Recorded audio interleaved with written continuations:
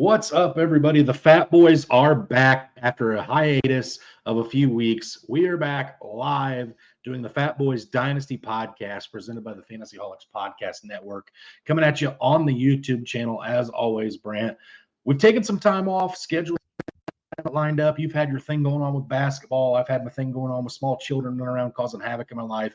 And then obviously last week we were kind of out because you were in vacation mode. So first things first, tell us about Baltimore. You went up there to watch the Seahawks and the Ravens game. Tell us about your trip, Brant.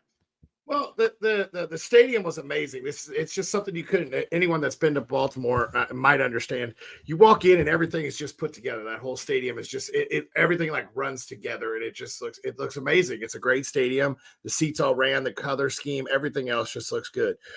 It was good to see my aunt and uncle fly in from Seattle. At least somebody caught a flight from Seattle to Baltimore because it surely did not look like the Seahawks did. Not a good game. It was good to see, and I say this, how good the Ravens really are. The way they mixed up their defense, the schemes, the running backs, the way they blocked everything. The Ravens are that good. Seeing them live in person for 20 rows up, that team is going to be scary, and they are very well put together. Now on to the rest of the vacation. Baltimore was fun. A great city, good fan base. I thought it was going to be worse, but they were all pretty nice. I mean, you're also really nice when your team's up 37-3. So, I mean, you'd be nice to anybody when you're blowing them out. But, I mean, it was really, really well put together there in Baltimore. The food was phenomenal. The people on the streets when we were walking out to the coffee shops and everything, very, very friendly. It was a fun trip. Then we jumped right across the border and went over to D.C. and saw the Lincoln Memorial and the Washington Monument and Flexion Pool and all that. It was a good time there. I'd never been, so it was fun to go see. And I advise if you go to a Ravens game, get an Airbnb close enough to walk because we were beating the cars out of the parking lot. They were all stopped, and we were back at the house already. We only had about a quarter-mile walk, so definitely go get an Airbnb and walk. Don't try to drive out of there. There you go. So the Fat Boy had a good trip to Baltimore for the most part. Everything except for the game was great, it sounds like. Mm-hmm. So, but anyway, Brant, your trip to Baltimore and the Week 9 contest that we just had did conclude the halfway point of the season. So I feel like it's only right we talk about a little bit about the halfway point. But first of all, Brant, we got to get the bibs on. And let's eat. Let's eat.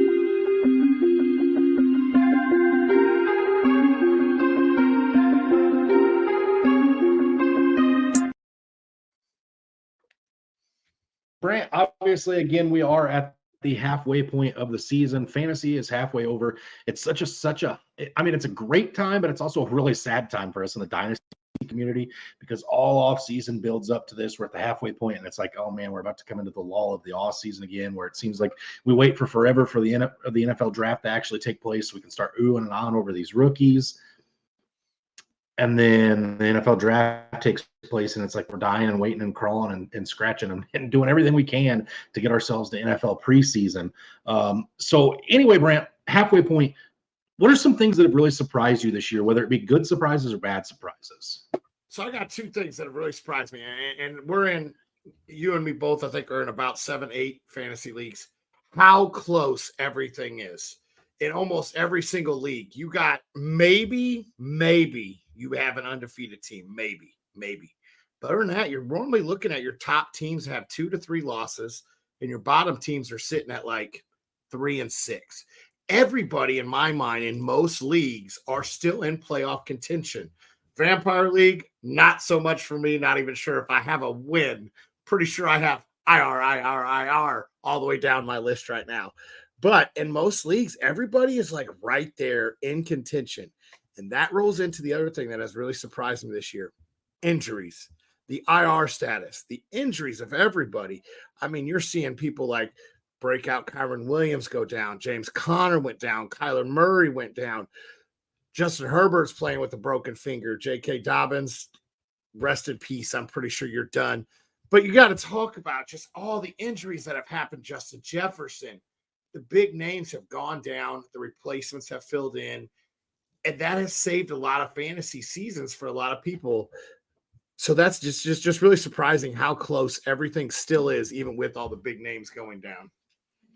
Yeah, you're absolutely right, Brent, because it does seem like one of those seasons where it's like you see we're going into week 10, and you could see a tight end come out and have a 30-point game and claw his way into the top 10 when he's been nothing but average prior to it, which again, that's the tight end position. But I was going through today and looking at some of the top like 30 wide receivers on Sleeper for the season performance. It's like, really? I didn't realize that guy was up there. Wow, really? I didn't realize that guy was up there. Wait, that guy's up there too. Like, it was just every other name I got to, it was like, okay, that one's surprising. And then you start getting down and you're like, wait, this guy I thought was being pretty good. He's down in the 40s. What's going on? So, I mean, it is one of those seasons where you're right. There's been some guys that have boomed and have gotten themselves a little higher than maybe we thought they were, but there's still some weeding out and some shaking out of things to happen here in this season. It's been interesting. So for me, Brant, the two biggest surprises, one of them's a negative, and you and I were both expecting beautiful things from this man this year, and we both, I think, have had our souls snatched by him. That's Najee Harris of the Pittsburgh Steelers. You and I both had really high hopes for him this year to kind of right the ship, get it back on track to what he had his rookie year. That Pittsburgh offense really hasn't been great. But Najee's almost not looked as good as the other running back in his backfield, and Jaylen Warren. It's like a Dr. Jekyll and Hyde. One play, Najee will bust a 20-yard run, looks super athletic, super explosive, and then the next run he runs into the back of an offensive lineman and falls down. And it's like, what's going on here? So that's one surprise that's really been a negative for me. And then the positive is there's two quarterbacks I want to talk about with the positive that I think are great surprises. Number one is a guy I think that came in and took the landscape by shock. A lot of people talked about a couple other rookies having great years. CJ Stroud is that man. That dude is the truth. I think in dynasty rankings, obviously, Brant, you and I don't do in-season dynasty rankings. We do out-of-season dynasty rankings, or off-season, I guess. I'd be shocked if I don't have him in my top 10 dynasty rankings for a quarterback next season. But a lot of people were talking about Anthony Richardson prior to Bryce Young at the 101, obviously. And here it is, CJ Stroud as an Ohio State quarterback who's just lighting the world on fire. But the one that's been the best surprise to me is another one, and I like to give you and I a little bit of pat on the back when we get them occasionally. But you and I both were pretty adamant all offseason that Dak Prescott was going to bounce back into his form and be a top 10 quarterback. And don't look now, but he's top 5 at this point, Brant. Dak Prescott's having a huge season. CeeDee Lamb's exploding. Jake Ferguson's exploding. Pretty much everybody on that Cowboys offense, except for Tony Pollard, has looked really good this year. And it's just been a pleasant surprise to see Dak. I guess it's not necessarily a surprise because you and I both were in on it as hard as we were. But nonetheless, it is still nice to see Dak. You and I both got a lot of hate for our Dak love this offseason. And here he is rebuilding or rebounding. And I think it's a pleasant surprise for us. Absolutely. And Tony is getting the volume. They've just had some tough matchups. I expect him to bounce back this second half of the season. The volume's there, and there's nobody. They're not letting anybody steal his role. So I expect a big bounce back for Tony Pollard. Anybody who's a Tony Pollard believer, don't go compare his stats to Zeke Elliott's with the Patriots this year, because you will not be happy. But anyway, Brant, this week on this episode, we thought we had to do something somewhat special, right? It's the halfway point. It's like, the finish line's in sight. Some of us have our sights set on playoffs. Others of us have our sights set on that number 1 overall pick, trying to get Marvin Harrison Jr.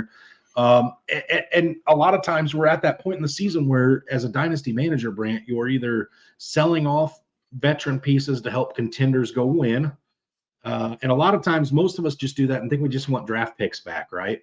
Or you're a contender and you're going out saying, where are these veteran guys that are maybe aging out a little bit that I can get to go make that push this year and try to win and get it from some guy who's out of playoff contention. And you know how it always goes, Brant. We always go negotiate our deals a little bit when we go talk to somebody. Hey, man, listen, I doubt you make playoffs this year.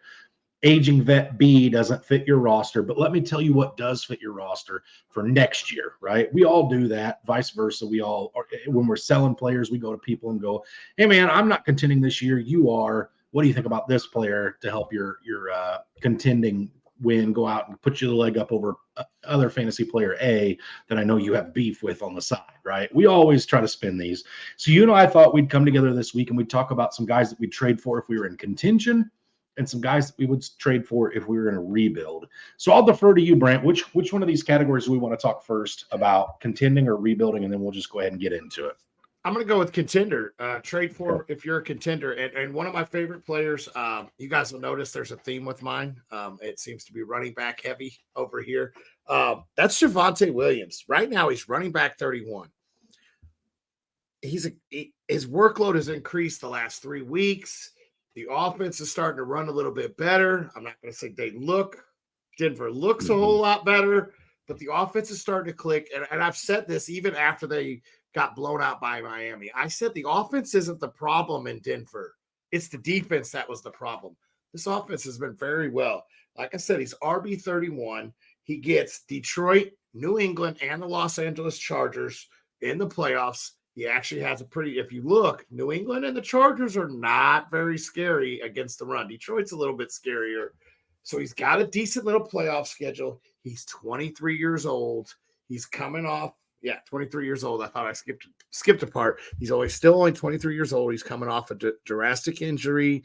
A lot of people are down and disappointed with him. Well, if I'm a contender, I'm going out and I'm going, hey, how about I ship you this flex piece, young piece, rookie wide receiver, maybe something that has been in and out of my lineup for the majority of the year.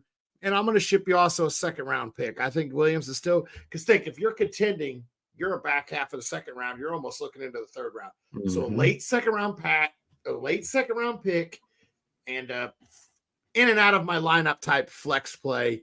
I think you go out and you get Javonte Williams. I actually have, when we get into trading for rebuild, I actually have a couple names that I actually like as toss-in pieces when I talk about in and out of your lineup players to go after and get. I just think this guy, the sky's the limit. I know that you weren't the biggest fan on it, but they're really not letting Samaje really take over. And like I said, his workload, I think it was 63% of snaps last week, which was his highest on the year. It's slowly growing the last 3 weeks. I really see this guy taking over the backfield and get back into that form. Yeah, I definitely, admittedly so, have not been one of the biggest Javonte supporters, but we all know how I am as a guy. I'm late to the party a lot of times, or sometimes I just miss the party altogether. But nonetheless, Javonte is one of those guys. If you've got running back issues, you're a contender. Maybe wide receiver is your position of strength. Maybe you've been treading water all this time, and you've got Justin Jefferson coming back, and your top 3 team, and you're like, my running backs could use work. I don't mind if you can get, what'd you say, give up a second round pick and who else? A late second and in and out of your lineup flex play. So maybe so maybe like a Tyler Lockett or something like that. Maybe Tyler exactly. Lockett in a second for – okay, so again, if I've got plenty of wide receiver strength and that's a position I'm trading out of to bolster a position of weakness like running back, I'm all for the Javonte thing. I don't know if I want my playoff contention holding to him, but if it's just another guy that I have to help out potentially, like maybe I have Najee and it's not been great, and Javonte is just another name that I can play based on matchups, I'm all for it because, like you said, outside of Detroit, his playoff schedule is pretty juicy. So, I'm on board with that, Brant. Okay. I, on the other hand, only found one running back on my list, and I'm not going to talk about him just yet because it's a guy I want to trade for in a rebuild. I'm going to start with a player who this one might be a little harder to pry off of somebody's hand who's not in contention because this player does have a long shelf life. It's Dalton Kincaid. So first and foremost, I understand he is young in age, and it would take a decent price to pry him off. But he's currently the tight end 15 on the season. So it's not like he's, the number 1 overall tight end. He's upseating Travis Kelce and everybody in the world. It's like, you can't, because Sam Laporta has been great this year. There's plenty of tight ends that have been good. Michael Mayer's shown flashes, whatever.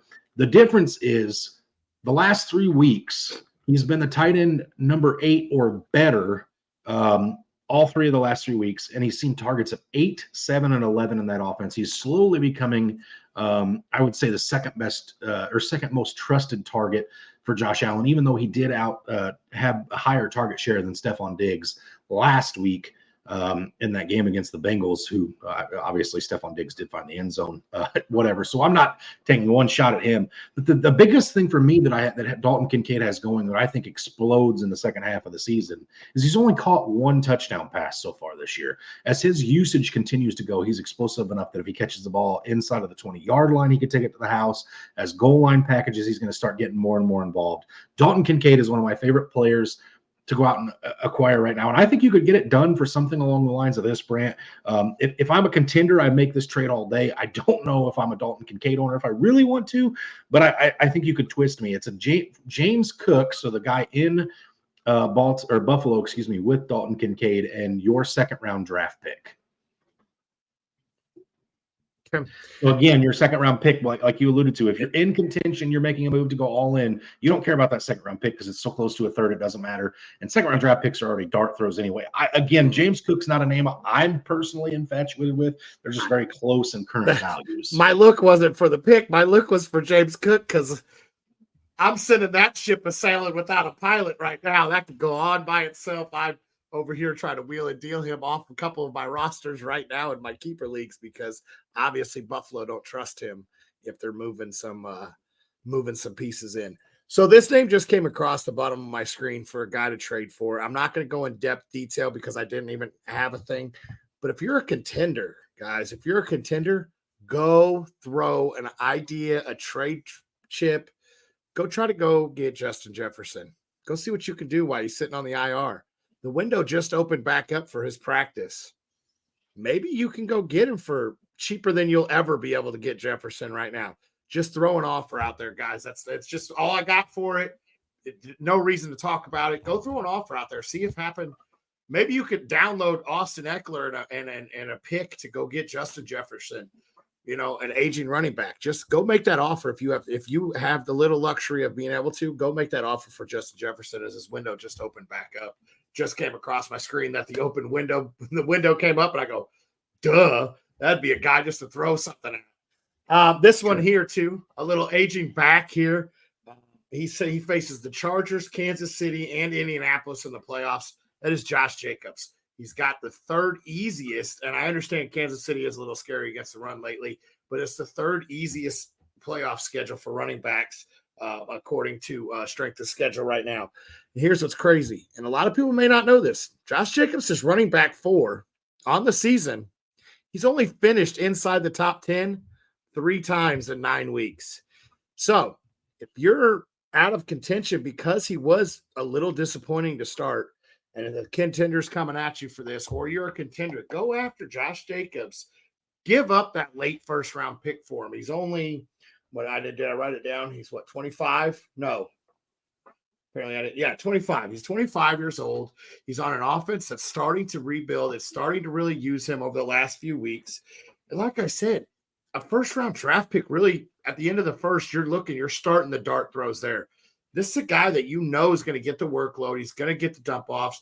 They just benched Jimmy Garoppolo for O'Connell. Mm-hmm.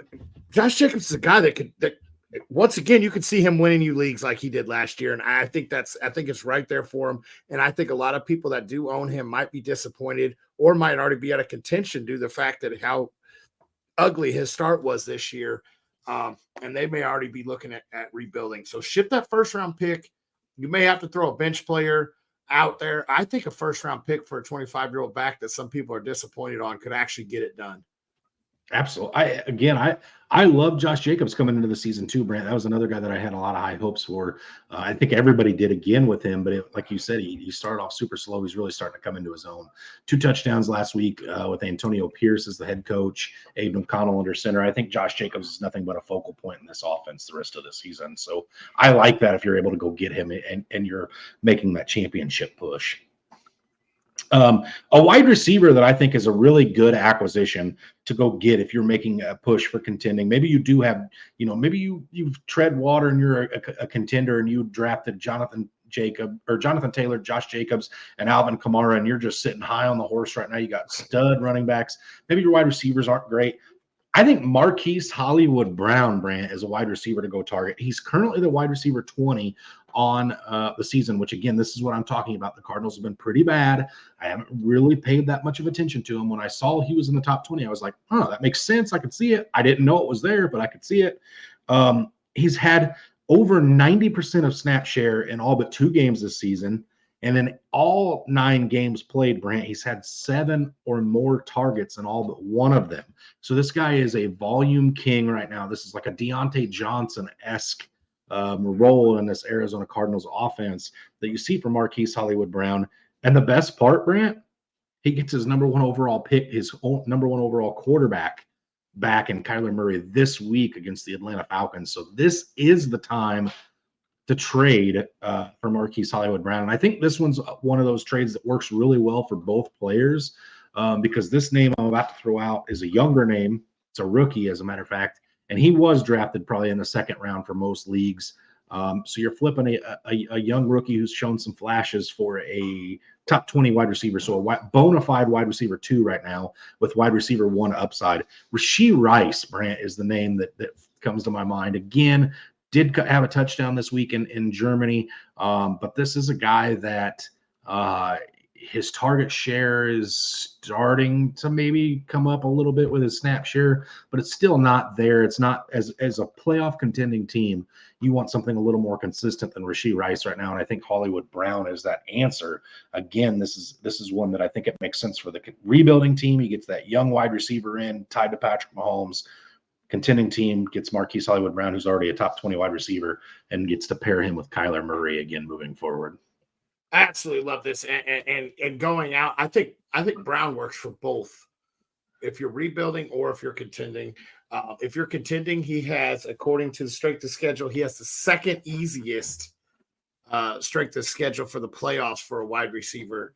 So it'd be great. He gets his number 1 quarterback. I think maybe you try to get Kyler Murray in the deal too, because he's number 3 on easiest schedule for playoffs.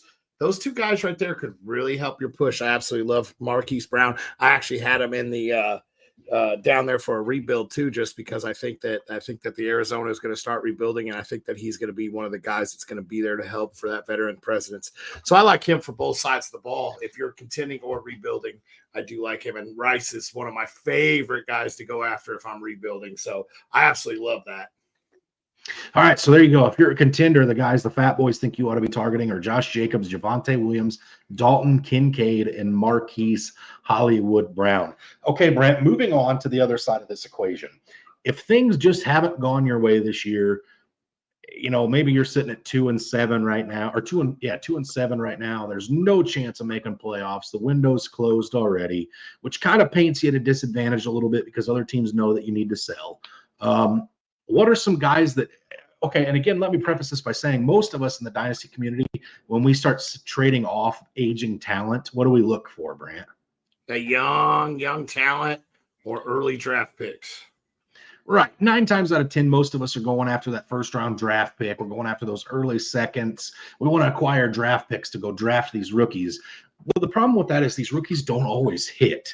But what does hit are these guys that we've already come out and seen put product on the field. And I think I know I'm guilty of it at times, Brant. I get jaded by the fact that I want these picks. Because we've all been those guys that at draft time, we don't have but like 1 pick. When there's 40 picks going on, it's boring. You're sitting around watching all your friends have fun, all these new shiny toys.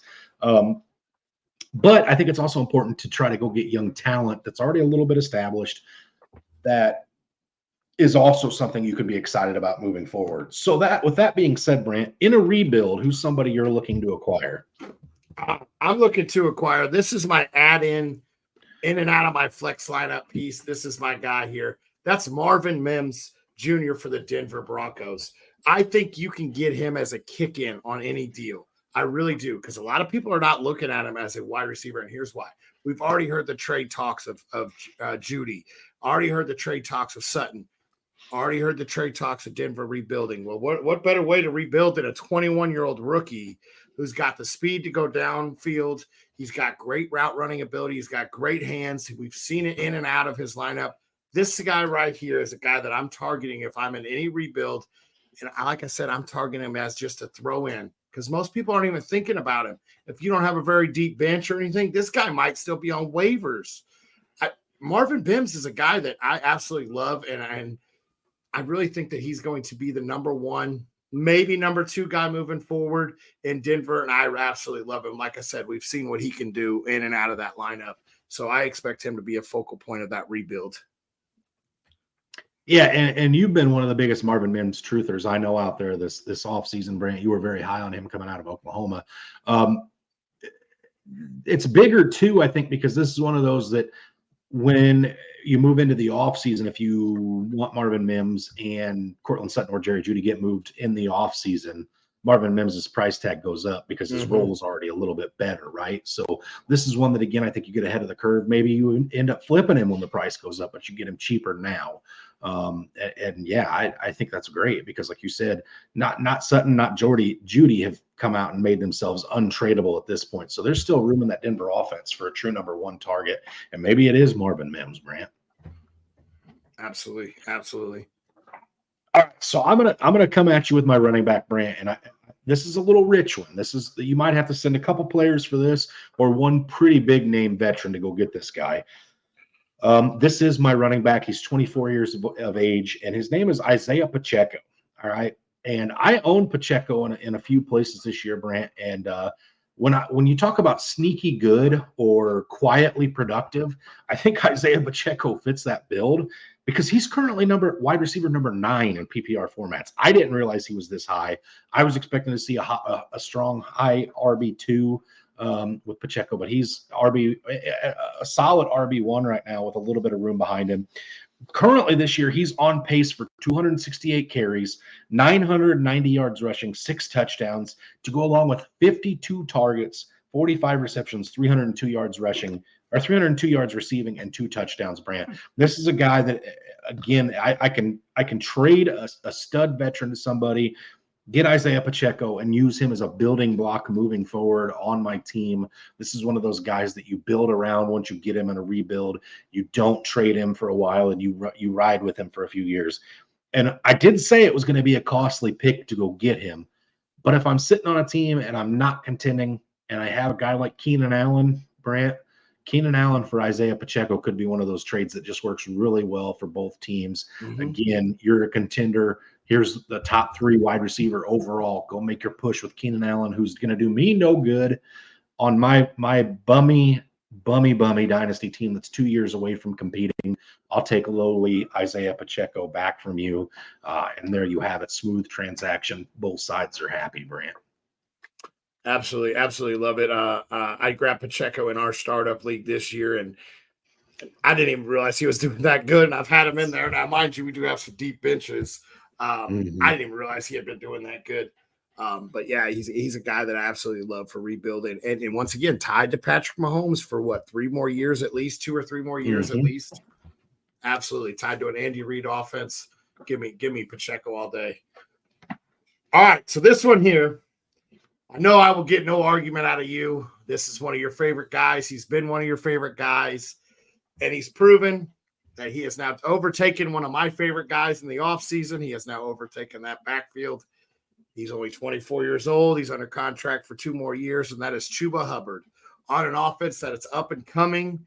A lot of people are looking at this as, I don't want this on my team when I'm in contention, when I'm in a run. I don't know what he's going to do. I don't know how consistent he'll be. I am trying to acquire Chuba Hubbard anywhere because I think that if they move on from Miles Sanders, just like with Mims, the price tag's going to go up. And right now is an easy chance to go get him, probably a 2nd or 3rd round pick. I know that you want to go get it. I think a 3rd round pick, maybe even Javonte Williams. If you got Williams and you want to send Williams for Chuba and maybe, get a later pick too, so maybe you could package the picks together to move up in the draft. I think this is a guy that you try to ship, off to go get or ship. You go and acquire him while you're shipping off the contender back. I don't think Chuba's going to break out onto the signing. He's running back 32 on the year right now. But I do believe that he will take over that backfield. I think he's already passed up Miles Sanders. He is a guy that I'm going out to acquire, and I think you can really acquire him cheap, or like you said, ship some of those veteran pieces, try to get a couple picks because, hey, I'm going to ship you Josh Jacobs. Give me Chuba Hubbard and a second-round pick. Give me Chuba Hubbard and your late first-round pick, and maybe I could package these picks together to move up more.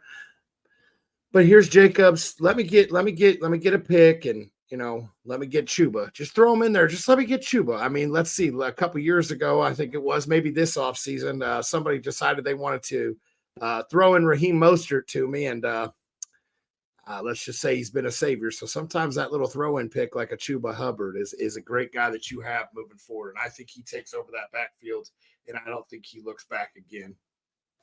Yeah, Mr. 2000. He went for 2,000 yards rushing in one season at Oklahoma State. I was probably the biggest Chuba fan coming out of college outside of the Oklahoma State fan base that I knew personally. Are you going to love the new one coming out too? I think it's Ollie's his first name. He's tearing it up down there in OK State too.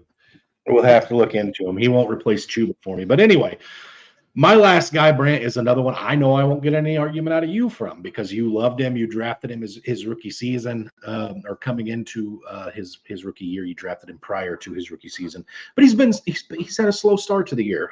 He's 23 years of age. That is Jahan Dotson out of Washington. Again, 23 years of age. This man had 7 touchdown receptions his rookie year when he got drafted in the second or third round of the real draft. He was like the 6th best wide receiver in his class. Super athletic out of Penn State. Again, not to say he was down on him, but people weren't expecting the kind of rookie production we got out of him last year. And he did have a slow start this year. Sam Howell's had a rocky start. But the one thing I can say is Eric Bieniemy's got this offense passing on every single play they're on the field for. Sam Howell's going to take like a record amount of sacks this year, and it's okay because he's still throwing the ball more than any other quarterback with all of his sacks. That just nonstop pass. And Jahan Dotson's actually on pace to well exceed his rookie year in everything except for touchdowns, Brant. 107 targets, 66 receptions, 735 yards receiving, 6 touchdowns is where he's on pace for. So, again, he's starting to really catch fire there in Washington, starting to get going. And again, at some point and sometime, Curtis Samuel's not going to be there anymore. Logan Thomas at 42 years of age is going to retire, and it's just going to be Scary Terry and Jahan Dotson. And if Sam Howell ends up being the answer, that means he's going to get better. If not, they will have a system quarterback or a franchise quarterback at some point in Dotson's career. And if I can get him for the cheap price of, say, I don't know, aging running back who's tied to a young stud for the next 2 years after this year. And David Montgomery, who's lighting the world on fire. If I can get David Montgomery and send him again on a rebuild, David Montgomery doesn't help me this year, and send him for Jahan Dotson and a 2nd-round pick. I think that really bolsters your rebuild because it gives you that pick that you get to still be excited about, Brant, and it gives you that young stud wide receiver who Jahan Dotson is a stud.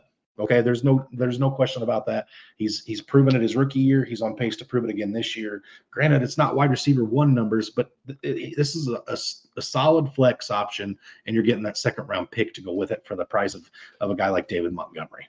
Yeah, I absolutely love this. I absolutely love Jahan Dotson coming out. I was very high on him, like you said. This guy right here, and what was said about Sam Howell, and I'm gonna mess this quote up, but I'm gonna do my best. Ron Rivera come out and said Washington's been looking for their franchise quarterback. Well, I think they have the guy, which means he trusts Sam Howell to make these decisions. He knows he's in his rookie year. Yes, I use the little quotation marks here. This is his first year. Yes, he's going to make mistakes. He's going to make rookie mistakes. But Ron Rivera believes in this guy, so I really think Sam Howell's going to be there for the long haul, and you're already starting to see him willing to take the risk with Jahan Dotson. Well, that's the guy that's starting to improve more and more with it. I absolutely love going out and getting Jahan Dotson. I'm not moving him for anything on some of my teams that I own him. He's one guy that's sitting there, and he's going to stay on my team probably maybe longer than Kenny Galladay did. Oh boy. All right. So Brant, again, for rebuilds, you said you wanted to acquire Chuba, and who was the other one you brought up there? Brain fart. Me too, and I just closed it. Marvin Mims Jr. Marvin Mims, Chuba Hubbard. I had Isaiah Pacheco, Jahan Dotson. So again, some solid names to go out there and acquire, and some guys that I think you'll really be happy with. But Brant, you know what you won't be happy with? The two early football games we have this week between our Thursday night contest featuring the 1-7 Carolina Panthers traveling to Chicago to play the 2-7 Chicago Bears, where the news came out today that Justin Fields is doubtful. So we get Tyson Badgett again this week. And then Sunday morning, we all have to wake up to the stink fest that is the Indianapolis Colts and the New England Patriots. But let's Germany. be honest, is that going to be the best thing on live at that time?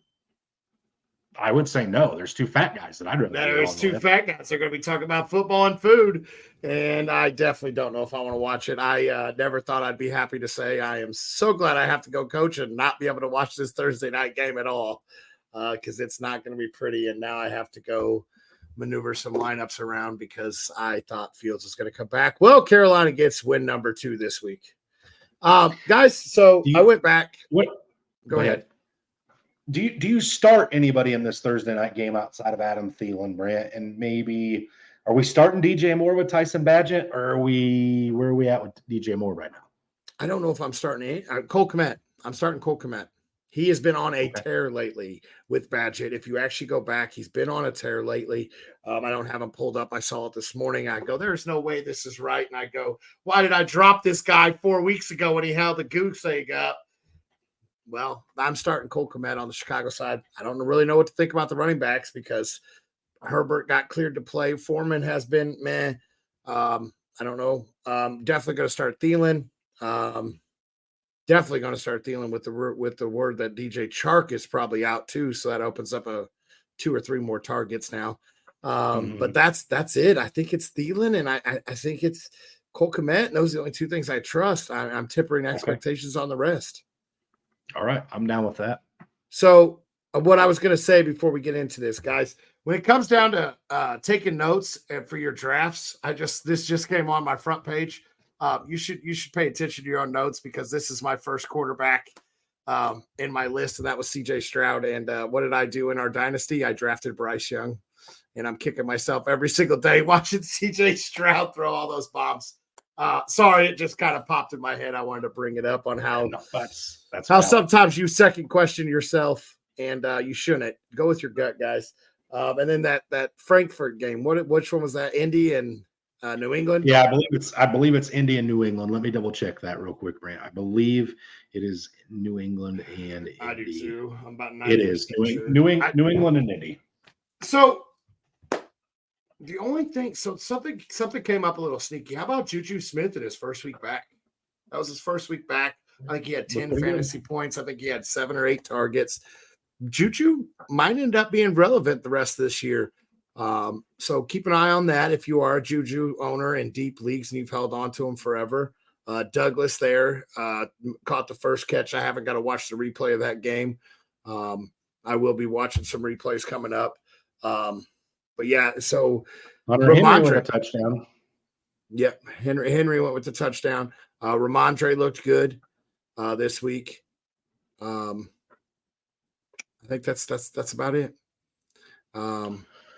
Indy side of the ball, you're going to start Pittman, Taylor, Josh Downs is playing if he's healthy at this point. Granson's coming back from injury, who I like at tight end with Mustache Mania, Gardner Minshew.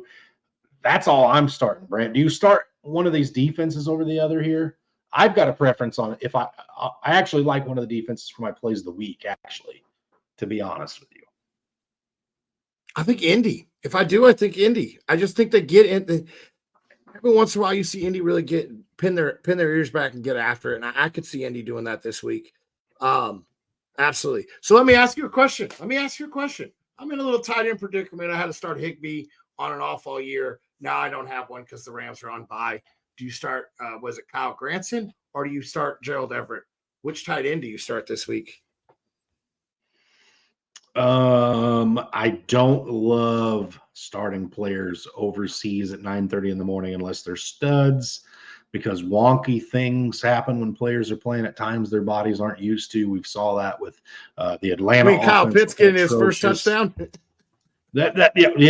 In his rookie year, his only touchdown. Um, but I mean, you look at this week, the Dolphins offense didn't look the part. Travis Kelce had a crappy game this week in Frankfurt. Taylor The messing him up. the turf is tough. This is not the same fields these guys are used to playing on.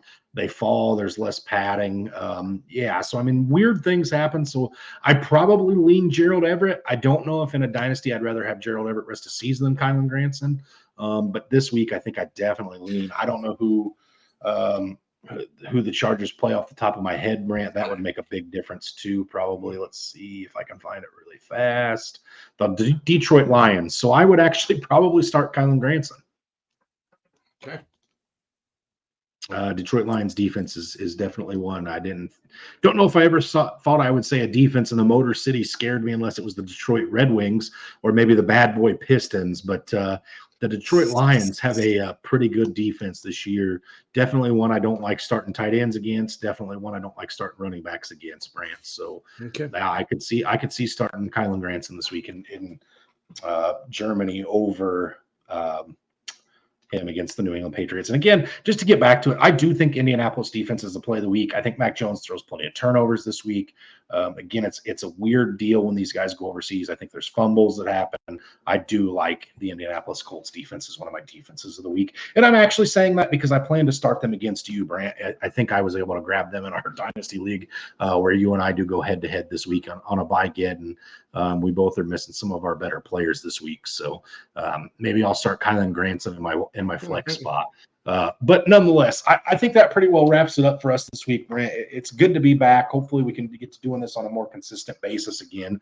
Of course, we're going to be with you guys on Sunday morning all the way through the season. So that's one that we won't miss regardless of things. Obviously, Brant showed his dedication this year with him being live in Baltimore this week. We will have to talk about some things in a few weeks in December 10th. Both of the fatboyz will be creating a lunar eclipse, if you will, in Atlanta, Georgia, going to a game down there. So we may have to do something a little bit different with our live that week.